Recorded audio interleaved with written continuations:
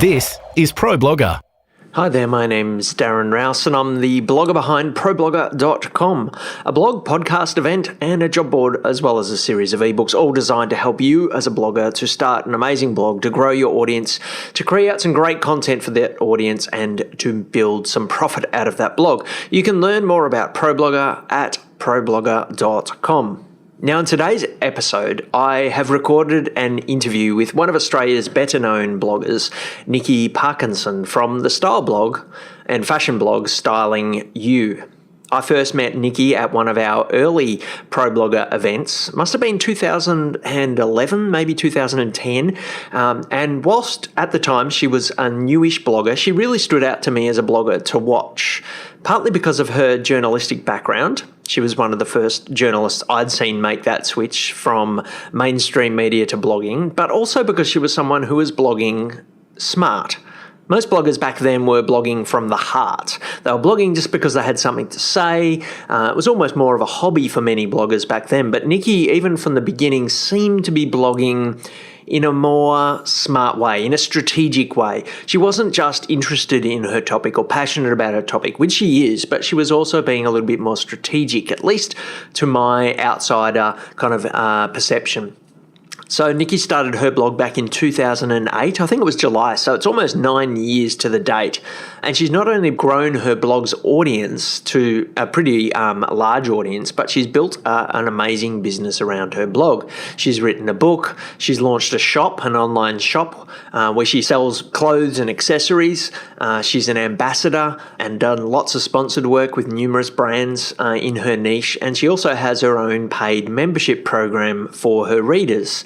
So in this chat, we cover a lot, and you're going to want to settle down for this chat because it will go for a little while, but we cover so much ground. We go right back to the beginning and talk about how she got started. We talk about some of the mistakes she made, but also the things that she did early that really paid off.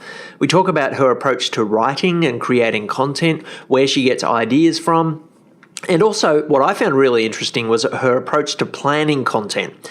It's quite different to my approach to planning because of the niche that she's in, which is very newsy, it's very topical, it's very seasonal. And so the approach she has for planning is a little bit different. And her approach to writing is different to what many bloggers do as well, which I think you'll find interesting. We also talk about how she built her audience, how to stand out in a competitive niche. Nikki also talks about not only how to build a large audience, but how to build engagement with your audience. And this is something I particularly think she's very good at. She's got an amazing Facebook group, a private Facebook group, and she tells us about the strategy that she's used, not only to build that group up in numbers, but also a strategy that simultaneously builds her email list. It's really smart and something that I'm considering doing as well.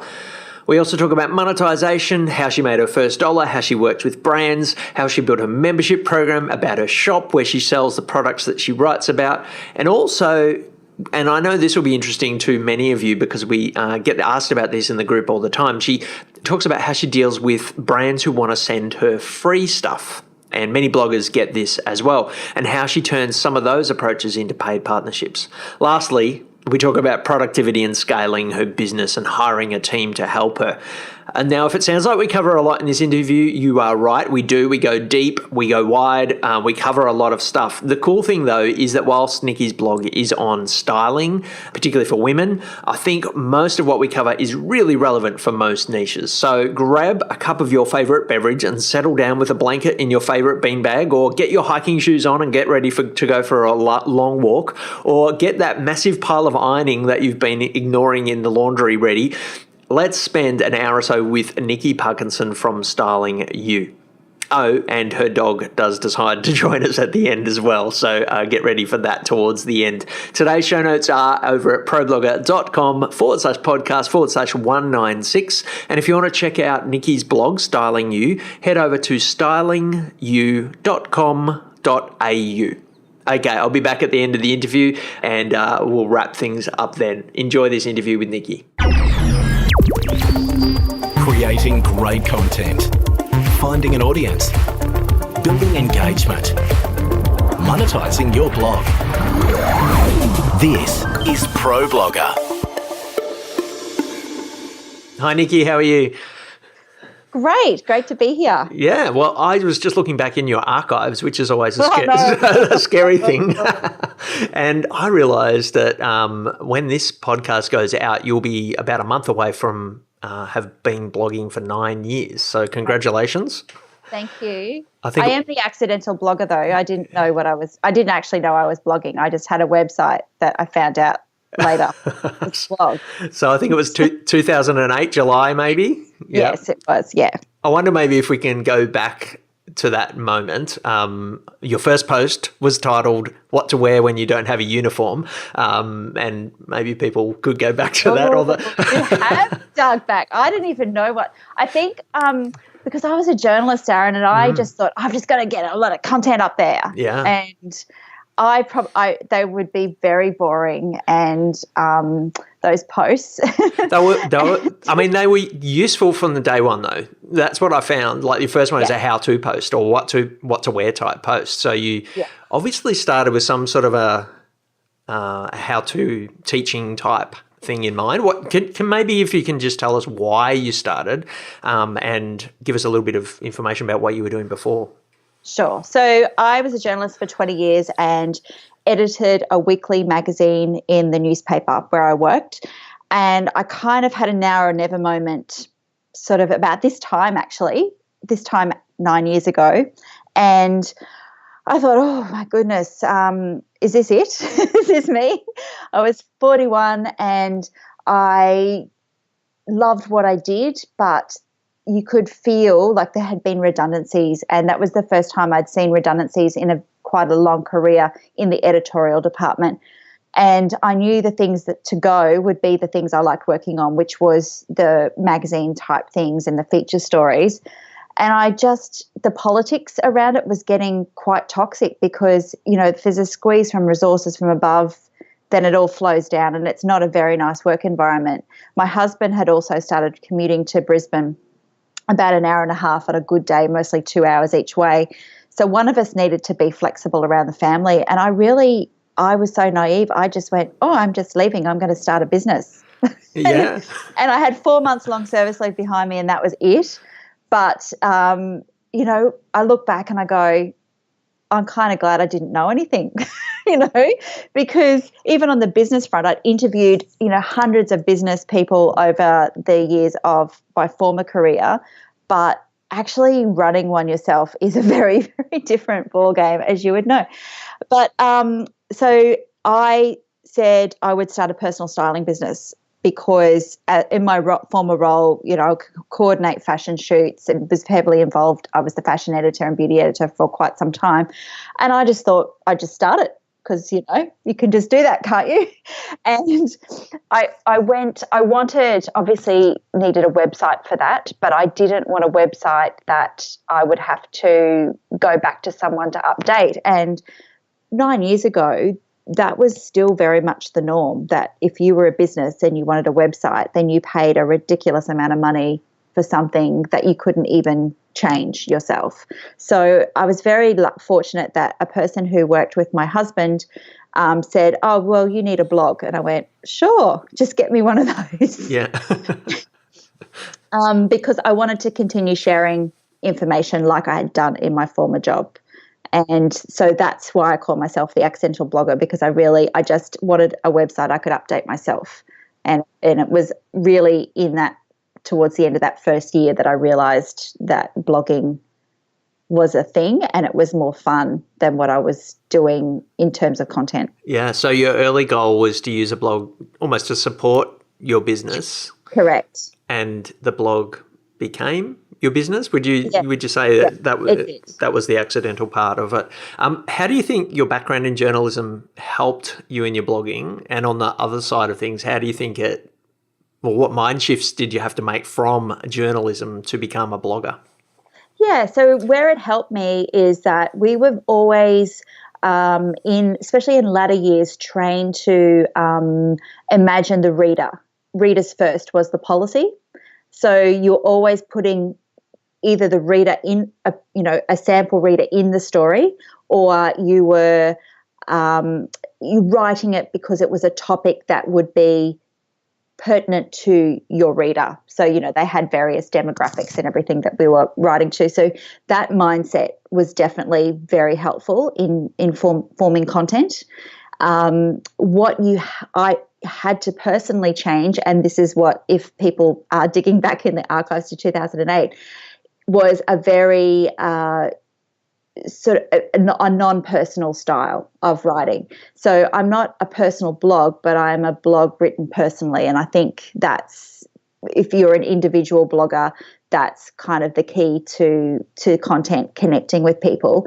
So that was a major change, because as a journalist, you are, unless you're a columnist, you are trained not to put yourself into the story. So obviously I'm flipping that on the head. And if you look at your blog today, you're there everywhere. Like your face is there, but not only that, it's in your content and it comes out, your story comes out. You're writing personal things.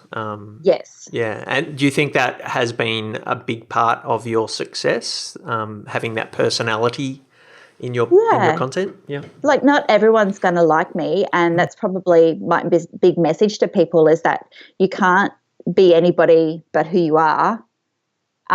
And not everyone's going to resonate with you, but hopefully you will find your tribe by just being yourself, and that's all I've done over the period of time. And obviously as the blog's grown and I've done live events and I've talked to people, imagine if you hadn't been yourself all of this time.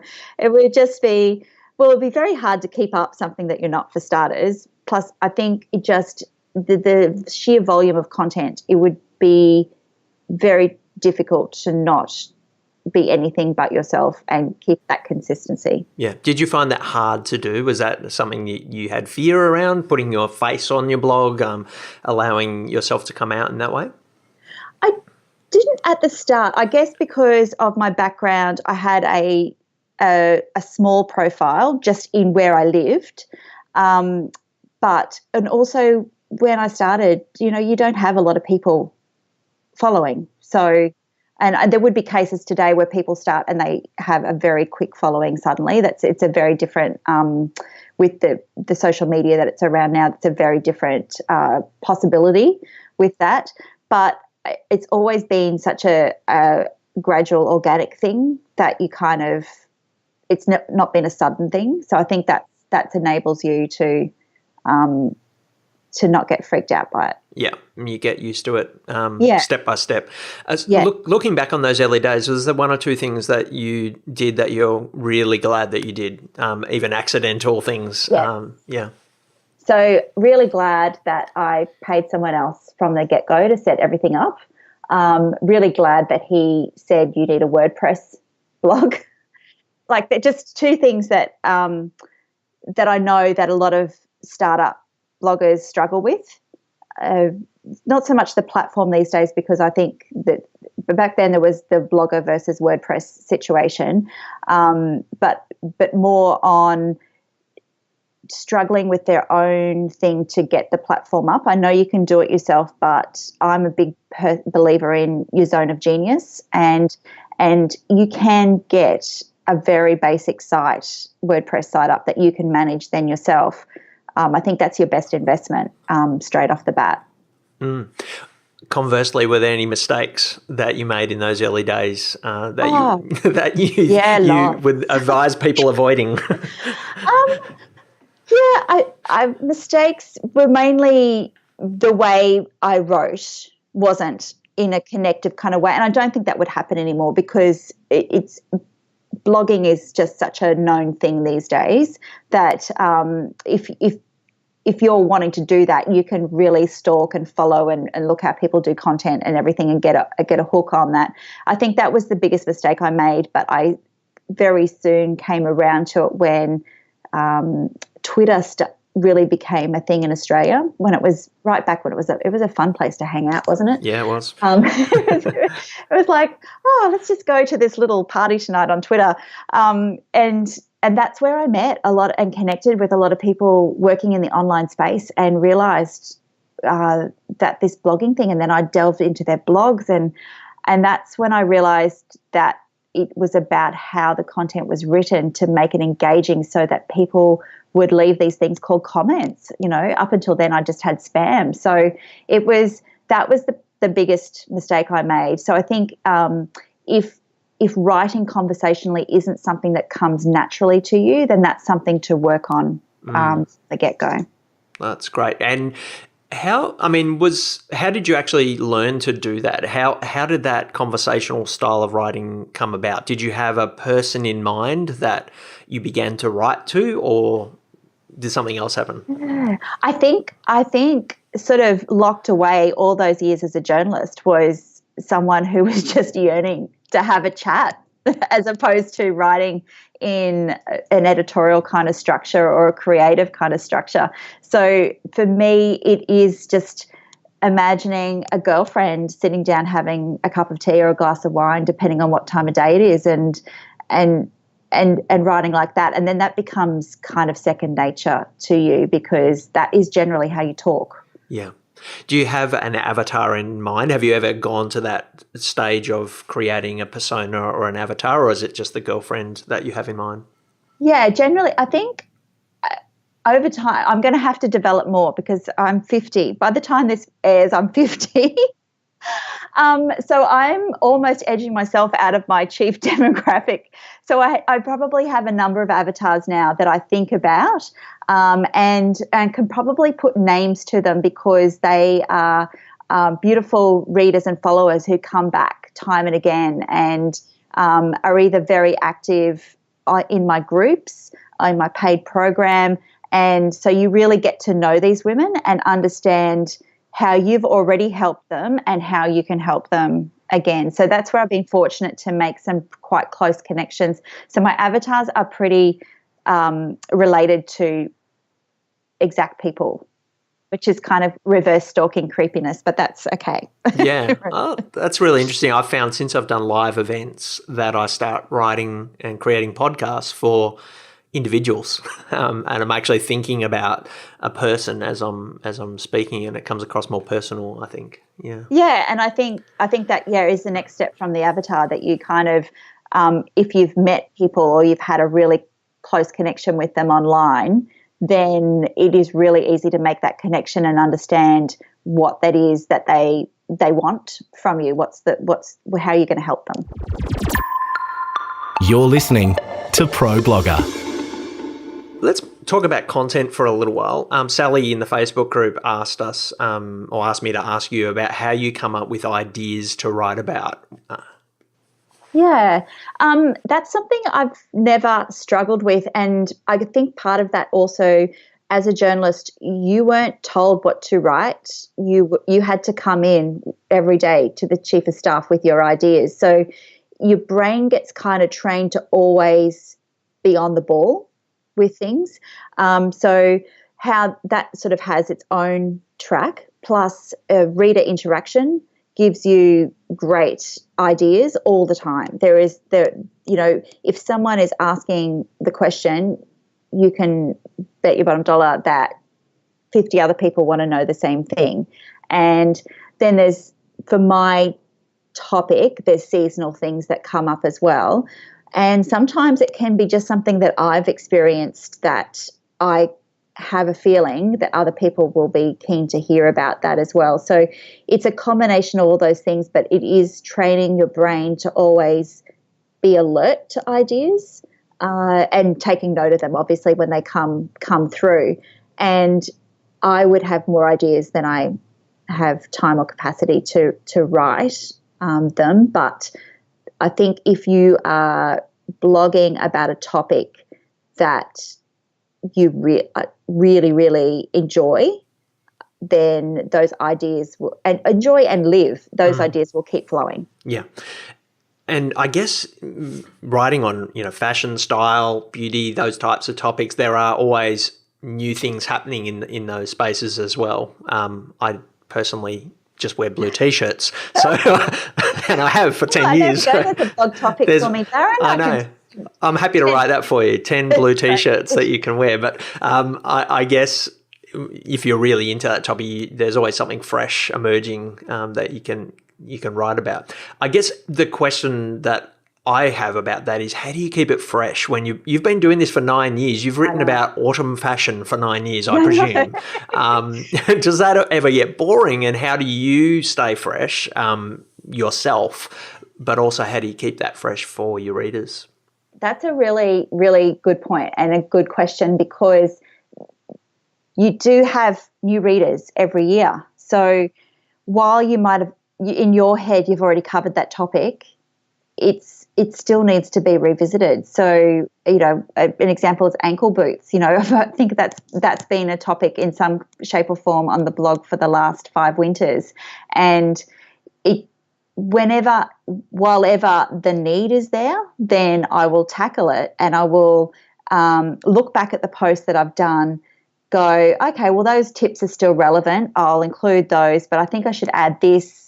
So you're almost re-editing what you did, adding different things in. And the key thing that is new each year or each season is the product that you are linking to has to be fresh. So it's all very well for them to delve back into the archives. They'll get tips, but none of those products will be available. So that's that. I guess it's fresh by the product that you're featuring and recommending. Right. How far in advance are you thinking about content? Not far enough, probably no. I have a rough plan. I use co-schedule, and I have a rough plan that sort of probably extends a couple of months out, and then that's always subject to change. But because of the product-driven nature, I'm not generally writing that far in advance. Because if I said, oh, yeah, I'm going to do all these things and I'm going to write 3 months in advance, none of that product will be available.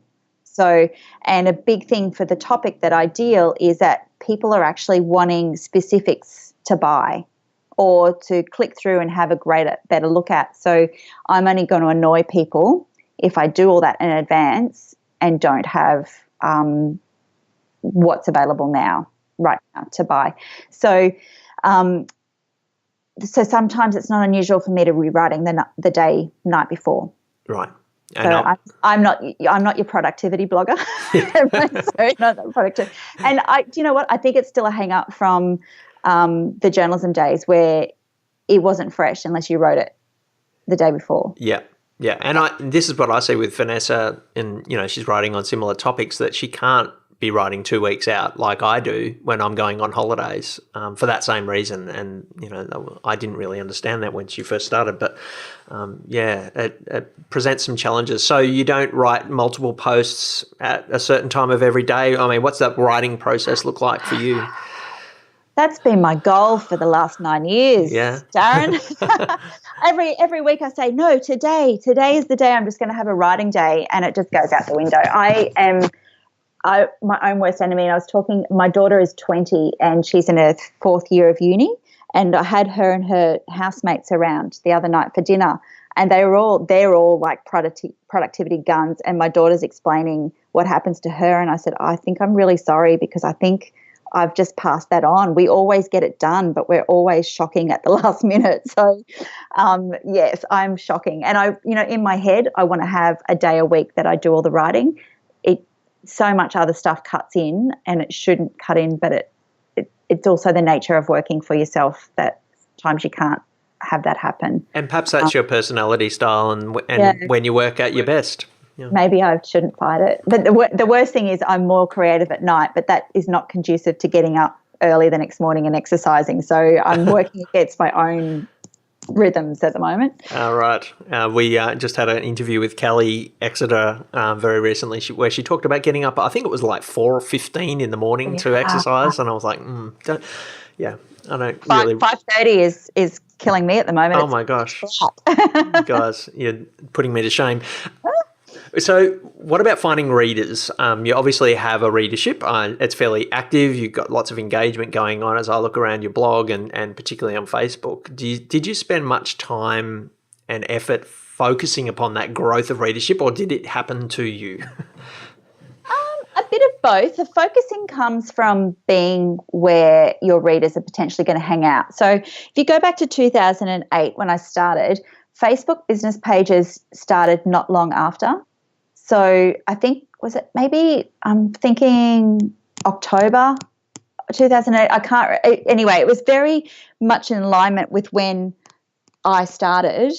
And I started the business page. I am very good at this early adopting kind of thing. And so I've just jumped on every social media as it's happened. I've either stayed around or I've just got it for the handle so no one else has it. But I remember that being, even with a couple of thousand on Facebook, that made a big difference to how you could grow the community. And back in 2008, no one was accessing on your phone. It was all desktop or laptop. So it's a very different scenario. And I always saw answering to comments, being present on social media. I still think about it. That's part of building your community on a daily basis. I never saw it as separate to the job. It's always been part of it. So it's always been an organic growth. Like, someone coming in could say, oh, she's got, 65,000 on Facebook, 50,000 on Instagram. That's not big numbers for 9 years, but I've never been about the big number. I've been about the engagement, and that is a two-way situation. That's not something that you can just hope happens. You've actually got to talk to the people who are actually taking time to talk to you, and so there's no quick fix about it. And I think if anyone's starting out, you have to be patient and you have to build that time of engagement into your work day. Yeah, I was just talking to my personal trainer this morning, and he said the only thing that's going to change your life is persistence. And it's education will change things a little, genius will change things a little, but it's persistence in every area of your life. And I really see that with blogging. It's persistently showing up, persistently engaging, and creating value that does it. So it is a long-term thing. And definitely back in the early days, and I still do it. I still get around to other people's blogs or Facebook pages or comment on Instagram. Other people in either like-minded niches and not in a spammy way, in genuinely, hey guys, great, I'm really enjoying what you're doing. That was interesting. That part doesn't stop. I think what I really have loved about being in this whole blogging sphere is that it's a connective path job with the readers that you're hoping to get, but it's also connective with people who are doing the same thing. So big believer in getting around and supporting everybody with a comment or a like or just anything. And that flow-on effect, I'm a bit woo-woo. It has to sort of, have an impact, not just for being seen in other spaces, but for just, getting out there and sharing that whole online love. For sure. What would you say is your largest source of traffic today? It's still Facebook. Right. Yeah, it's still Facebook. And that obviously the percentage used to be more massive from Facebook, but what year was it that you had at ProBlogger event at PB event at Etihad Stadium? What year was that? Oh gosh, I think that was the third or fourth year. So we're looking 4 or 5 years ago now. Yeah, so I think that I remember everyone at that conference talking about how the algorithm had stuffed up all their traffic. That was when Facebook first started the algorithm things, and I don't get too frustrated. Yes, stuff happens and you go, oh, goodness, another thing we've got to deal with. But I still think good content will win out. You mightn't have the big hits that you may have had before whatever change has happened, but good content will still rise to the top and win out. And for my demographic, and this is what I say to anybody, know where your demographic is most likely to be hanging out on social media, because this is where you need to reach them to try and get them back to your blog. And for me, Facebook is still the biggest thing. I have the page, but I also have a closed group of more than 7,000. So that's extremely active. Someone told me the other day they were tracking it and there was a new comment every 5 seconds or something at nighttime. So that is kind of where I've seen the evolution of where people are asking questions, it's all happening in that group. And I think you've got to see whatever social media you're doing and ride with them where most people are going to be comfortable about chatting. There's definitely fewer comments on the blog now than there are on social media. Creating great content and building your audience. This is ProBlogger. So Jade asked over in our Facebook group about Facebook and your community, and asked if you had any tips on community management in that space. Oh, yeah. Look, I'm very lucky. I set the tone for all of my platforms from the get-go.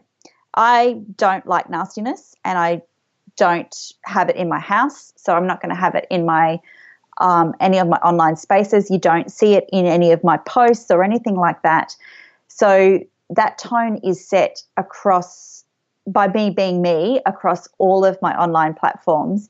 So that actually discourages a lot of people from landing and being a bit narky or a bit ranty. And it doesn't mean we lose all of it. We definitely get the odd comment, just wrong tone. And in the groups, we've got very good guidelines that we just don't accept it. We don't accept any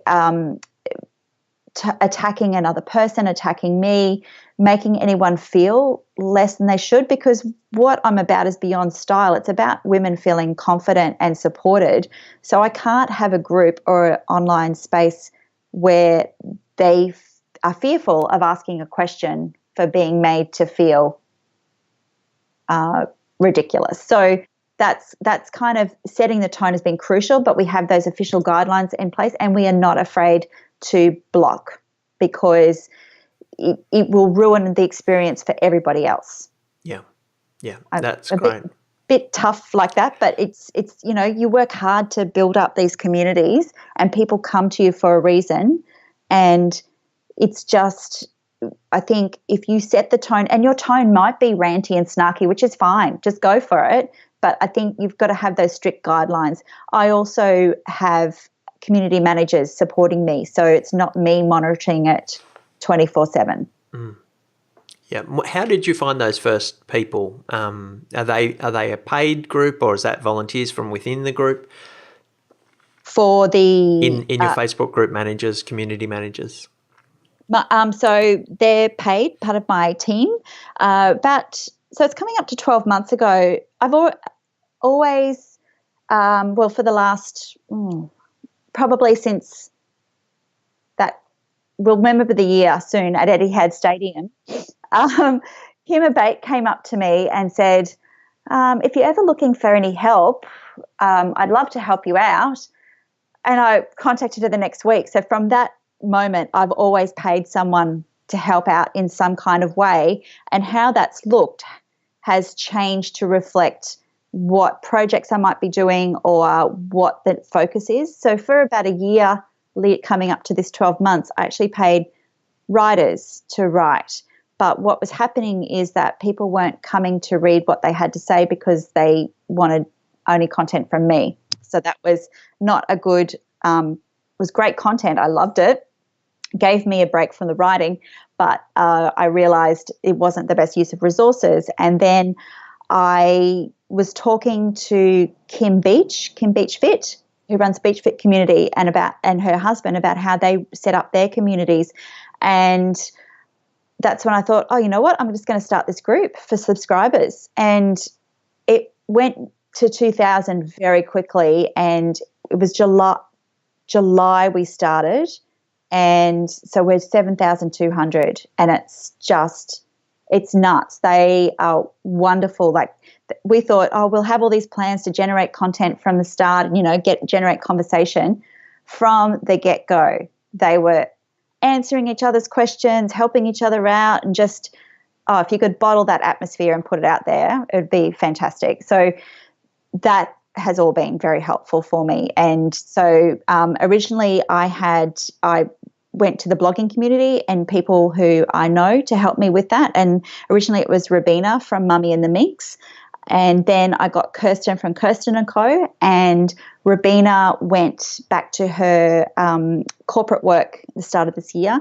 And that's when I got Jasmine from Pretty Chuffed on board. So they share the day and they've worked it out who wants the morning and who wants the night and checking in. And they also help me behind the scenes with different things, campaign reports, helping run my paid program as well. So great to have women also working in the online space and understanding it, and that they're incorporating that into their working week. One of the things I noticed as I was looking at your group, or the way you promote your group, is that you don't ever link to your group on your blog or on your site. Instead, you link, or you ask people to sign up, and then you send them a link to your blog, which I found fascinating. So you are generating or building your email list as well as getting people to your group. How does that work for you? Well, it definitely has grown the subscriber list, or if you're already on the list, that link is always in there because obviously you've signed up. What's happened now, though, is that it comes up as one of Facebook's recommended groups. So we don't take the time to go back. We don't apply resources because I didn't think it was valid enough to go back and check that they're actually subscribers. But the whole method and motivation was something that I talked to Kim Beach about, and that's how they generate their email list, and it very much works for them. Yeah, so it's almost like an opt-in. Some people Yes. give away a PDF, but you give away your group. A community. Yeah, that's fascinating. Come to the party. I think that would be one strategy a lot of bloggers could use. Yeah, so it's still it's a closed group, but it's not a secret group. No. Yeah. Okay. Yeah. Just one more thing on community. You've used hashtags really well. I love everyday style. I see it in my Instagram all the time, which is great. Where did that idea come from, everyday style, and using that hashtag to build your brand, I guess, in many ways? Yeah, so it end of 2013, and I had a question from a reader saying, so I like all the outfits you put on the blog, you know, you're dressed up and everything, but I'd love to know what you wear every day. And I had to laugh. I think I remember looking down at a shorts and T-shirt. It wasn't a blue T-shirt though, Darren. It was probably something else. And I thought, I'm really not living what I'm promoting here. And I've got a whole wardrobe full of clothes and I'm not wearing them. So I thought, I'll do it for a week. I'll just show on Instagram what my daily outfit is for a week and just call it everyday style. And I think Vanessa had already been using the term everyday style, and I was horrified when I started because I realized that I'd just taken it, and it was just a mess. I didn't even know that. I didn't think I was going on with it. I just thought it was a week, and then by the end of the week, people were joining in, and I'm gone, okay. And then my book was in proofing and production, so it got put in the book, and I thought, I better keep going on this. So I haven't actually missed a day since late November 2013, and other Instagrammers got on board with it as well. A mistake I made from the start is not putting like SY or something with it, because it's now, there's more than 200,000 shares on it, shares to that hashtag, and it's not all part of this community. It's certainly, you know, as for Instagram style bloggers around Australia, it's been a lovely way to connect. But it kind of, that would be my only suggestion if you want to get a hashtag going, is you brand it somehow. You brand it somehow. And I know Chantel with Fat Mum Slim had similar things in her early days without FMS attached to photo a day. It got not hijacked, but, you know, people see that a hashtag is popular and then they just throw it on. Yeah, it gets a life of its own, I guess. Yeah, whether they're participating or not, they're just throwing it on there. So definitely it's been a fun thing, and I'm not game to miss a day. And it literally is, people ask me, do you shoot all those in advance? I said, no, it's literally what I'm wearing that day. If I'm down the street or doing the school run or after school and I'm not in what I've posted, then it's kind of like getting caught out. I just don't want that. Like, it is what I'm doing. Yeah. So, yeah. I guess it humanizes your brand, but it also, the thing I love about it is that your readers are participating, and so they not only get to see themselves on the hashtag, but they see who else is reading the blog, and I think that somehow brings about community. Yeah, it does, and also that community within other Instagrammers and bloggers in Australia, because all about part of my ethos is that all women are real, but trying to create inspiration for a whole wide range of women on that hashtag. There is someone your age, your shape, your style, like that you can get ideas and everything from, and they're an everyday person.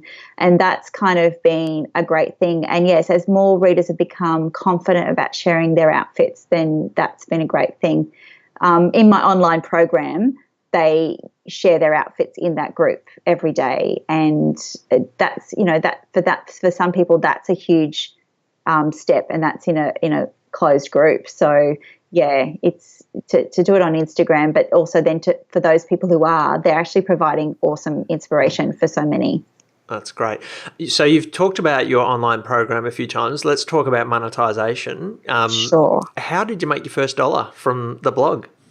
Well, technically it would be from people booking one-on-one styling appointments, but actually on the blog was a banner ad, probably 2010, and later that year or into 2011, first sponsored post.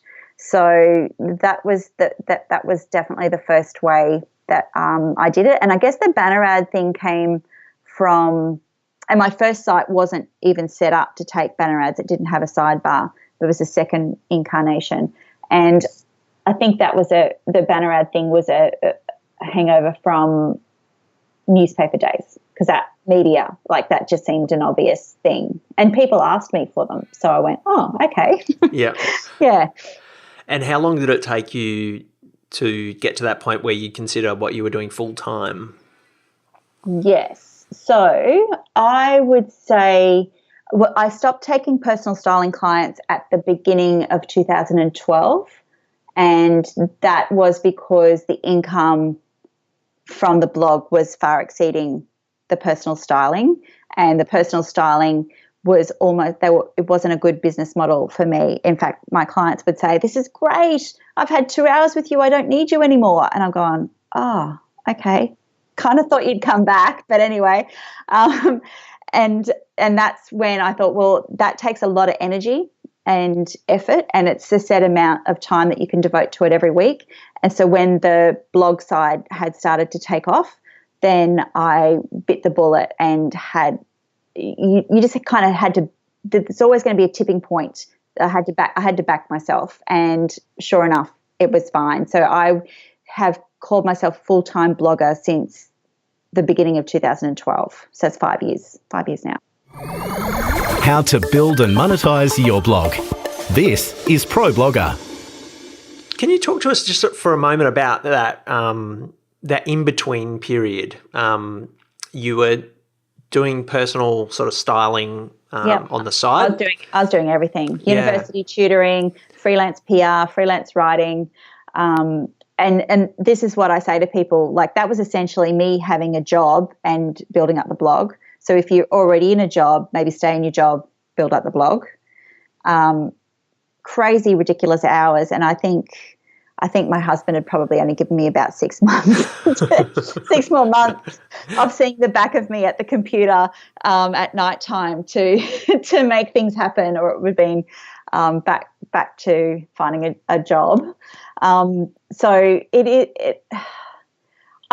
I look back and I remember very tough periods, and tough emotionally, tough financially. And we're lucky. My husband had his job, and so the mortgage was paid and everything. But, it just went from 2 sure incomes to one and if you look at it on paper over the year, it did make it up, but it was a very hard slog to make it up. And all I can say is that I just really, really enjoyed what I was doing. I still enjoy it. Like, there isn't an easy day now. It's not like you just have a day to fluff around and do nothing.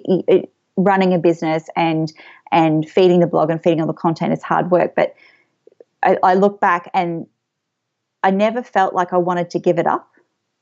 And I think in hindsight, that can only be that I really enjoyed the buzz of it. I enjoyed the connection with other people doing blogging, but I also enjoyed the connections that I was growing with my community. So there was never a point where I went, I'm just going to throw this in, just go back or find a new job Yeah.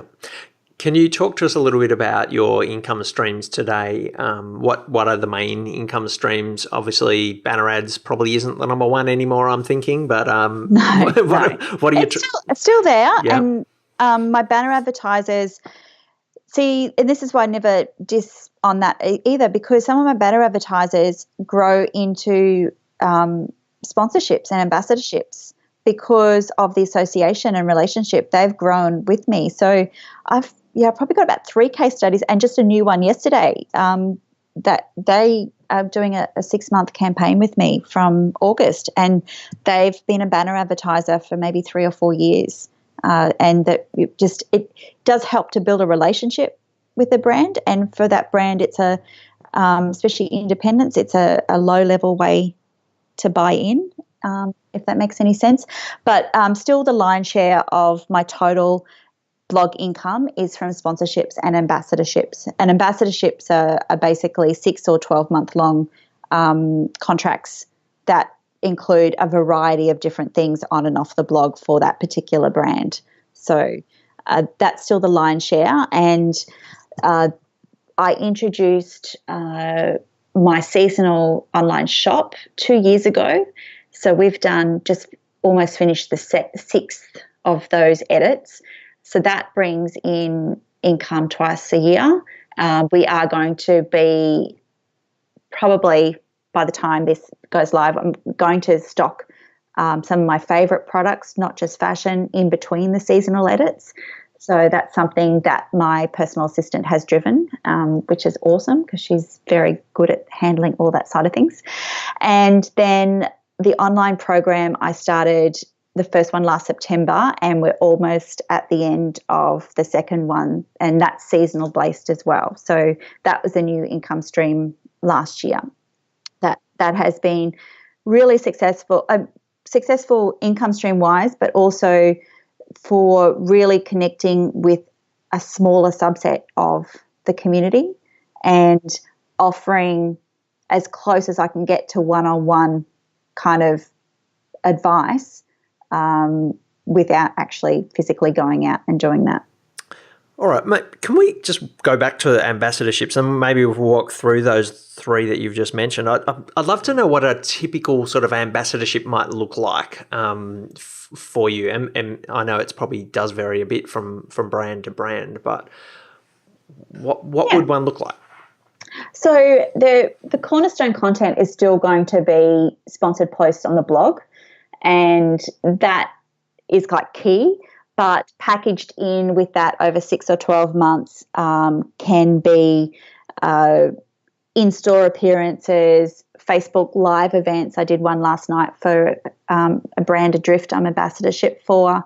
Next week in Frankie 4 in Melbourne, that's part of my ambassadorship with them that I'm going down there. So it is using, engaging me to connect a brand to my audience. And so how that looks from the brand perspective is fitting in with their marketing. It's obviously also social media content and that as well. It's shooting, being involved in campaign shoots for a brand. So there's a whole lot of different things and a lot of flexibility in working with that brand's aims across a longer period of time, and how you can support that, how you can best share what they've got going on. And because it's fashion, there's always new stuff. So it's always around the new. And Yeah, they're the best alliances that I like doing, because you're really getting involved with another business and really helping them grow as well. So all of my long-term ambassadorships, current ones, have started from a very small beginning. Frankie Four, for example, gifted me a pair of silver sneakers, which I just loved, and then everyone loved because I put them on Instagram, and then it went nuts and they sold a lot. And that has grown from a very small beginning. And when I'm talking to people about working with brands, the most successful relationships I've had have started from those small beginnings where you've actually grown with the brand. And you love the brand, your audience loves the brand. So you're kind of all on the same page. And that's where, if I look back, that's been the most successful campaigns that I've done. Sure. So you spoke there about a gifting, and I know a lot of bloggers, they don't sometimes know what to do, when they're asked, can I, by brands, can I send you something? Some bloggers are like, well, should I be charging for that? Should I just accept it? What's your stance on that, particularly for a new blogger starting out? For a new blogger starting out, if you're still building your audience and building your relationships, then you're probably not going to be able to charge anything for that. What I'm very big on, whether you're starting out or whether you've been going a long time, is you don't have to accept something just because someone's sending it to you. If it's not your style, in talking about fashion, or it's not something that you could seamlessly fit into your content. I guess this is my journalism background. If it's something that I know I can incorporate into my everyday style, just as part of the editorial process, then that's okay. But if they start asking for specific hashtags, specific dates of placement, specific timings, then that's commercial. That's when they're essentially booking advertising. When they gift you something in the hope that you'll feature it, then there's not usually a payment involved.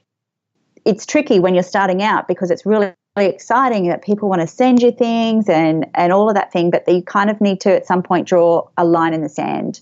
And that line gets pushed for me every week. And what I've learned is if you push back because something's not right, then it tends to come through, or something else better will come through. And I think that's the toughest part. Brands are just thinking, I'm just going to send something and they have to feature it.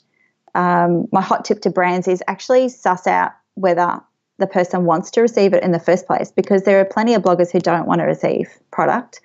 And actually give the blogger a choice. Say if it's clothing, say, I'd like to gift you a piece of clothing. Would you like to choose from X, Y, Z, or go to my website? And the person on the receiving end is either going to make the choice going, oh, I really like that piece of clothing. I like that brand. I'm happy to feature it in this post I'm doing. Say it's a knitwear. I'm going to feature it in this knitwear post. So it goes into their content seamlessly, but not exclusively. That's the other thing. I have a rule. If you want exclusive content and no other brands mentioned on my blog or social media, then that's a paid situation. And I think the media background definitely has helped for me to draw those lines and be able to build relationships, but say, no, actually that's a commercial arrangement. So you need to, let's talk about how we can make that work for each other. You're listening to ProBlogger. So let's talk about your shop. I've always wondered what's going on your shop, whether it was an affiliate marketing thing or whether you're drop shipping, where you're taking orders and then someone else is sending it, or whether you're holding the stock yourself. Can you give us a little information about that? Yeah, sure. So to start with, back in 2015, it was set up as a drop shipping arrangement. We have our shop on a Shopify platform, which was really easy to set up and get going very quickly. And what I chose to stock was not random things just all thrown in. It was actually putting together a seasonal capsule wardrobe that people could use as the building blocks for the season ahead.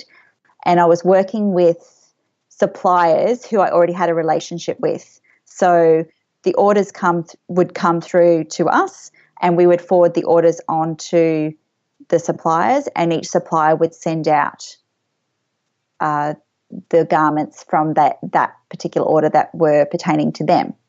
But this one we've just done, we actually have bought all the stock, wholesaled the stock. So that has been a big step, and it was being driven by my assistant, who has a Scottish voice, so I'm not even going to attempt the accent. But last year she said, "This is ridiculous, and we should be doing this ourselves." And rah, rah, rah. And I went, "Okay, Rach, we're on."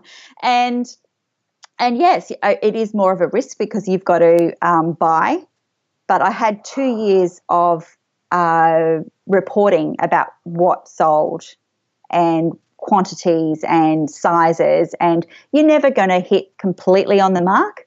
But I wasn't coming into it cold and trying to understand what was going to be popular and what was going to sell. So that has been a great thing to do this time around, and we will continue that. And that's why we'll also start stocking other things in between times in the shop as well. The seasonal edit works really well as well because I'm not selling a whole bunch of clothes across the whole year. I'm actually giving people a formula, I'm creating demand, and we do most of our sales the first 2 days that the shop launches each season. So you're doing a lot of those sales via email to your list and Facebook group, I presume? Yeah, so email, Facebook group, Facebook, there's a blog post always to launch it. And this time around, we launched it in conjunction with the online program. So the online program features a capsule wardrobe as a roadmap for the season ahead. So 20 of the 30 pieces in that capsule wardrobe were actually available for sale in the shop. So people could buy from the shop, or I had 5 other suggestions as to what to buy, but that definitely generated sales in itself. And people on the flip side weren't necessarily in the online program, but they've bought from the shop before, and so they trust what they get. Sure. And so the style program, the online program that you've mentioned, what do people get for that? I notice at the moment I can't sign up.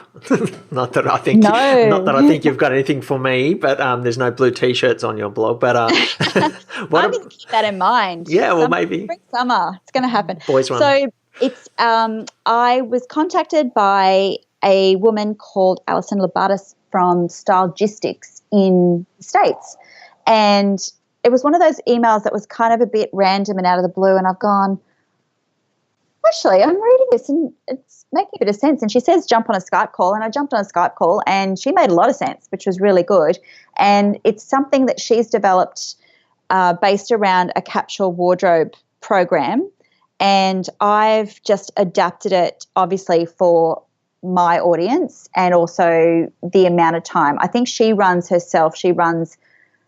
probably about 6 or 7 a year, whereas I'm just doing the 2 and I'm combining the seasons, autumn, winter, spring, summer. And all the creative is mine. Like I choose all the garments and I choose all the options. And this time I use my own graphic designer to put together all the pieces for her platform because I needed that seamless look.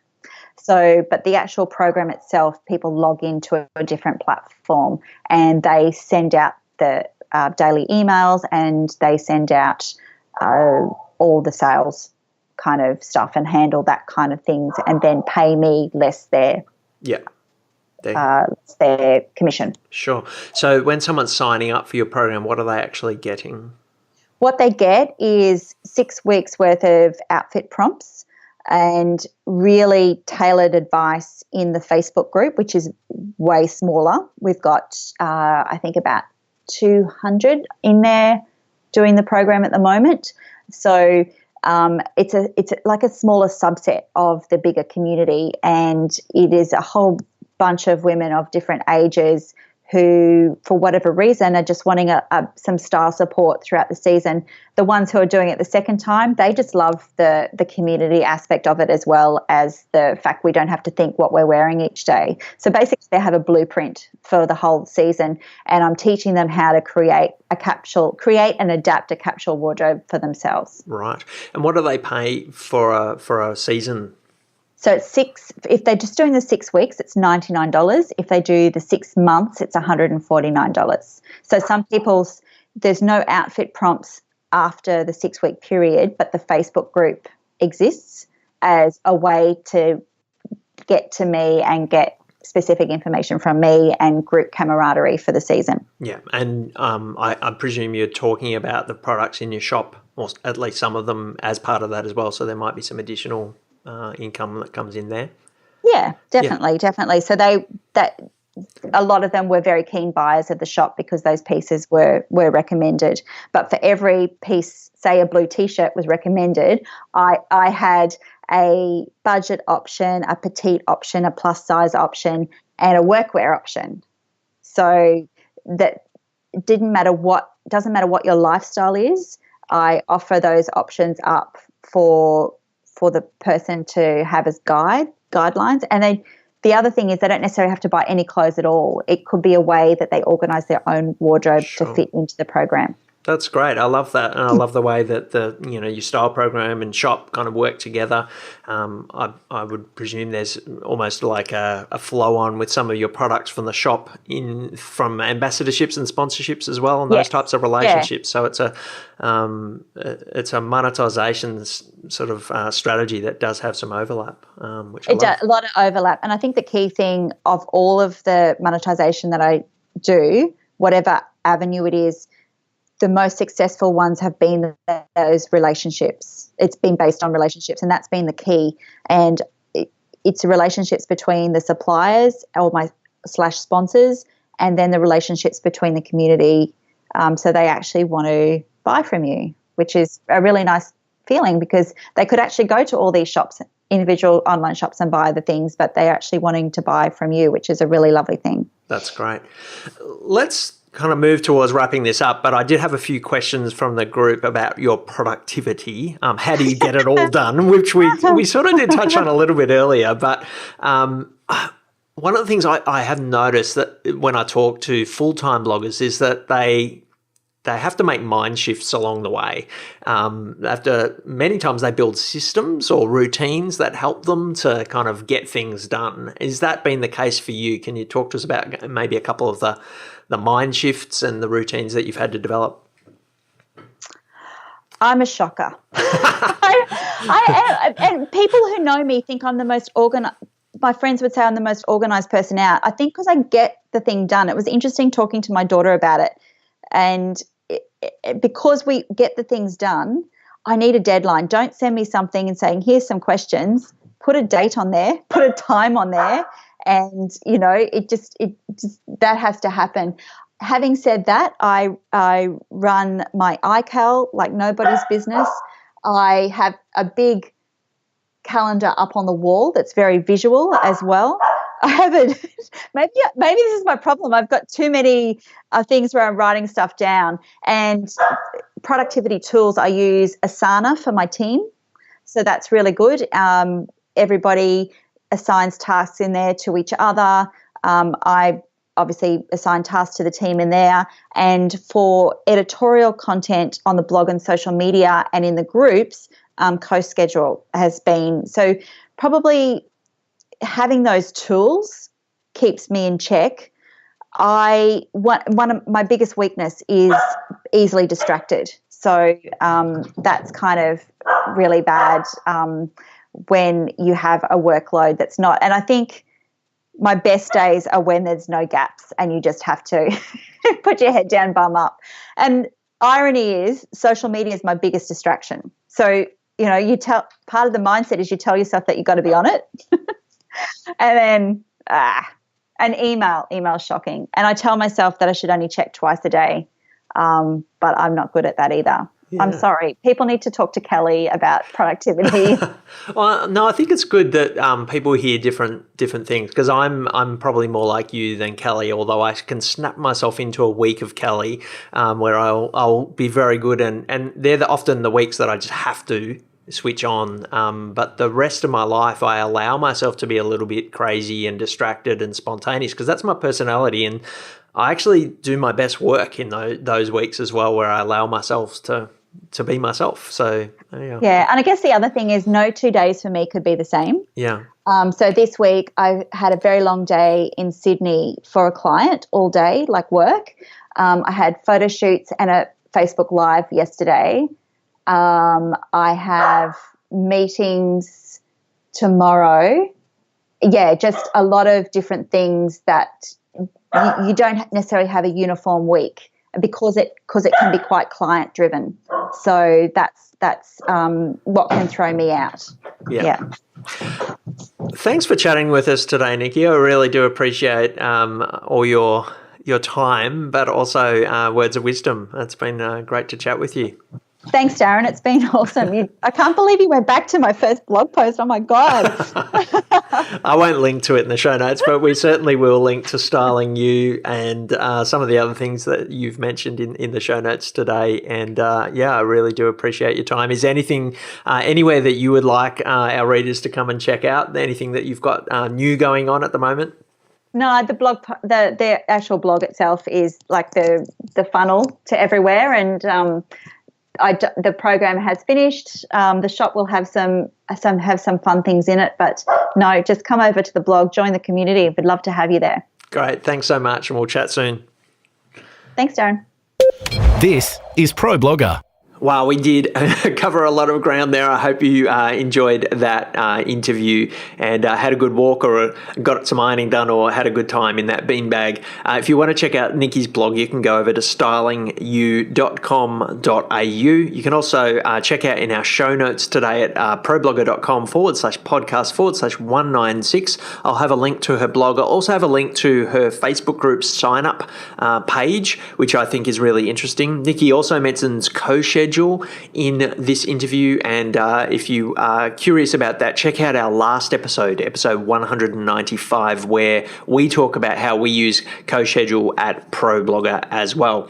Lastly, check out the Facebook group over at problogger.com/group, where we talk about every episode. If you've got questions, if you've got feedback on the episode, you can do it there. And we also have every week, there must be 50 or so different discussions on different topics around blogging as well.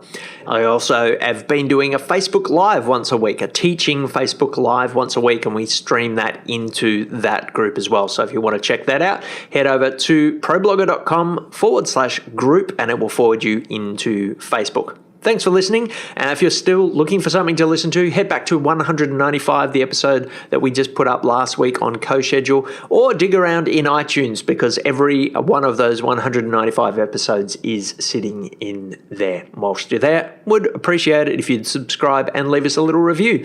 Thanks for listening today, and I'll be back with you in episode 197 and 98 as well, coming up to that 200 mark. Thanks, everyone. Chat soon. You've been listening to ProBlogger. If you'd like to comment on any of today's topics or subscribe to the series, find us at problogger.com/podcast. Tweet us at ProBlogger. Find us at facebook.com/ProBlogger, or search ProBlogger on iTunes. Before I go, I want to give a big shout out and say thank you to Craig Hewitt and the team at Podcast Motor, who've been editing all of our podcasts for some time now. Podcast Motor have a great range of services for podcasters at all levels. They can help you to set up your podcast, but also offer a couple of excellent services to help you to edit your shows and get them up with great show notes. Check them out at podcastmotor.com.